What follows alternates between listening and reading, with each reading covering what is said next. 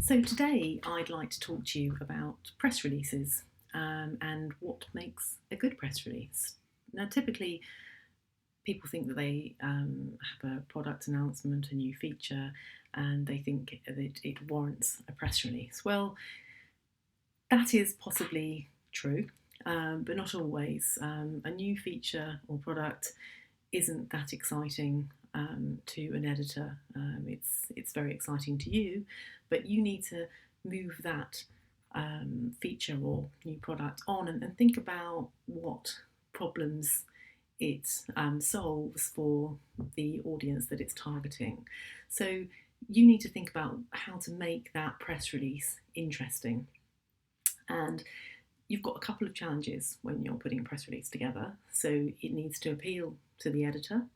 And remember that the editor has probably hundreds, if not thousands, of press releases in their inbox every single day. So it's a pretty tough job trying to decide what's relevant and what's not. So you need to sort of cut through the noise. So by making your press release interesting, you can do that. Now, I can tell you how you can do that.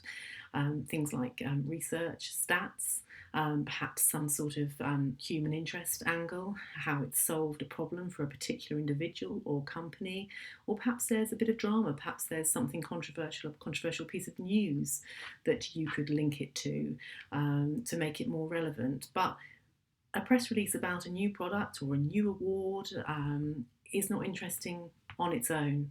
And you have to think about that before you send it out because you just won't get the results that you desire.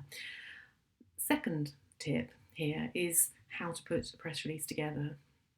Now, a press release typically has a lot more than one paragraph, but in the first paragraph, the editor needs to be able to see exactly what that story is. And traditionally, you've sometimes, even though you've got a longer press release, you should be able to take that paragraph and actually use it and tell the story in that one paragraph.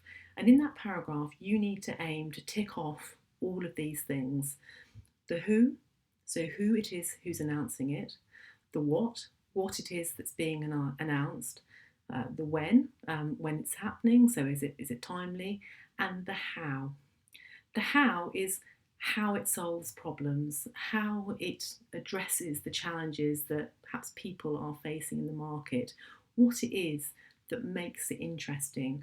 And put yourself in the shoes of the readers of the publication to think, is it interesting to them? Would you want to read about that news? That's what makes a press release interesting. So if you can try and follow those steps, you will have a decent press release that you can be proud of, and make sure you get a really good headline, not just one about XYZ company is introducing XYZ product, because that's not interesting. Think about how to make it more interesting, a bit more drama, link it to something that's happening in the news.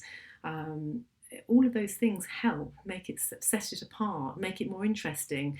You have two people to appeal to in this process. You have to appeal to the editor because the editor needs to know that it's interesting for their readers, and you have to appeal to the reader to make sure it's interesting for them. So keep those things in mind next time you think you want to put together a press release, and it should help you hopefully generate a lot better results for your announcement.